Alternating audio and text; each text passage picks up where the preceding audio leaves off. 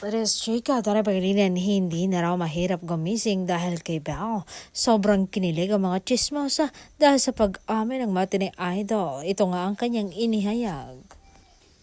Alam niyo, tuwing gumigising ako, si Belle agad yung pumapasok sa isip ko. Hindi dahil sa sobra siyang perpekto, kundi dahil siya yung nagbibigay ng rason para magsimula ulit. Kahit mahirap bumangon minsan, nagiging madali na ngayon kapag naaalala kong nandyan siya. Para bang kahit simpleng good morning niya lang sapat na para maging magaan ang araw ko. Hindi ko masabi palagi, pero siya yung dahilan kung bakit may sigla yung bawat araw ko. Yung mga oras na gusto ko nang sumuko, naiisip ko na ayaw ko siyang biguin at doon ko nare-realize na minsan sapat yung presensya ng isang tao para makahanap ka ng lakas.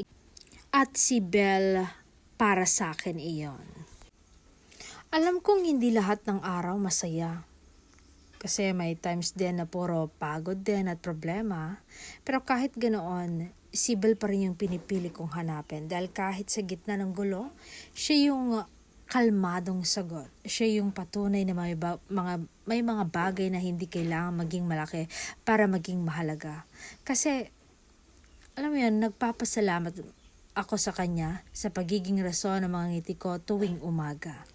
And salamat dahil hindi niya alam kung gaano kalaki ang epekto niya sa simpleng araw ko. At higit sa lahat, salamat, Belle, kasi ipinakita mo sa akin na ang pagmamahal nagsisimula sa mga maliliit na bagay sa bawat umaga.